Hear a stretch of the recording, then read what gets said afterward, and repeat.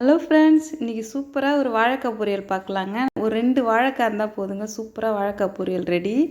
பாருங்கள், இந்த சைஸில் 2 வாழைக்காய் எடுத்திருக்கேன். இதை தோலை சீவிட்டு குட்டியாக கட் பண்ணி நம்ம தண்ணியில் சேர்த்துக்கலாங்க.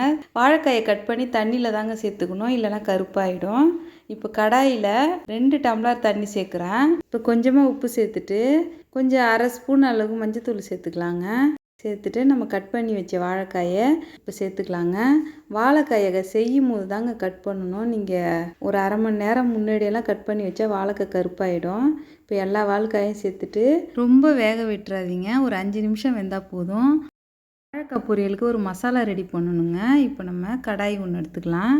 1 ஸ்பூன் அளவுக்கு உளுந்தம்பருப்பு சேர்த்துருக்கேன். அதே 1 ஸ்பூன் அளவுக்கு கடலைப்பருப்பு சேர்த்துக்கலாங்க. இப்போ ஒரு காரத்துக்கு தேவையான 2 காஞ்ச மிளகாய் சேர்த்துக்கலாம். கொஞ்சமாக மிளகு, இதை நல்லா பொன் வறுவலாக வறுத்து எடுத்துக்கலாங்க. இது கூடவே கொஞ்சம் கருவேப்பிலை சேர்த்துக்கலாம். அரை ஸ்பூன் அளவு சோம்பு, அரை ஸ்பூன் ஜீரகம் சேர்த்துக்கலாங்க. இதை சேர்த்துட்டு நல்லா கலந்து விட்டுக்கலாங்க.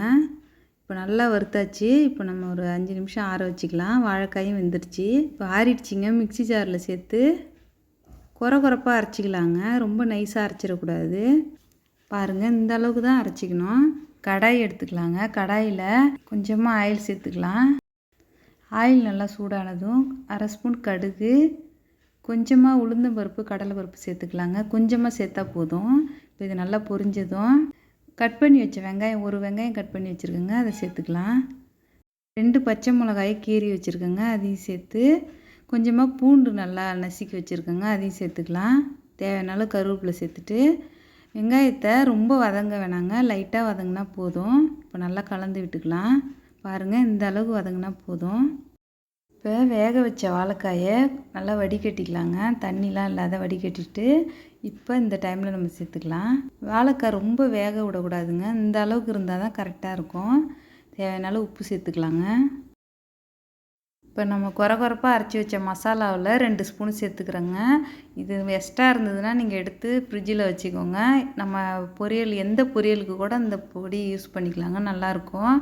ஒரு அரை ஸ்பூனு தனி மிளகாய் பொடி சேர்த்துக்கலாங்க. காரம் நல்லா தூக்கலாக இருக்கும், அதுக்காக தான். இப்போ நல்லா கலந்து விட்டுக்கலாம். இந்த டைமில் உங்களுக்கு தேங்காய் துருவல் தேவைப்பட்டால் நீங்கள் சேர்த்துக்கோங்க, இல்லைனா இப்போ சேர்க்கலனாலும் டேஸ்ட் நல்லா தாங்க இருக்கும்.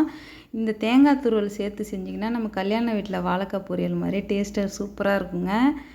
அவ்வளோதாங்க, ரெடி ஆகிடுச்சி. சூப்பராக வாழைக்காய் பொரியல் ரெடி ஆகிடுச்சிங்க. இந்த வீடியோ பிடிச்சிருந்தா ஒரு லைக் பண்ணுங்கள். Thank you friends.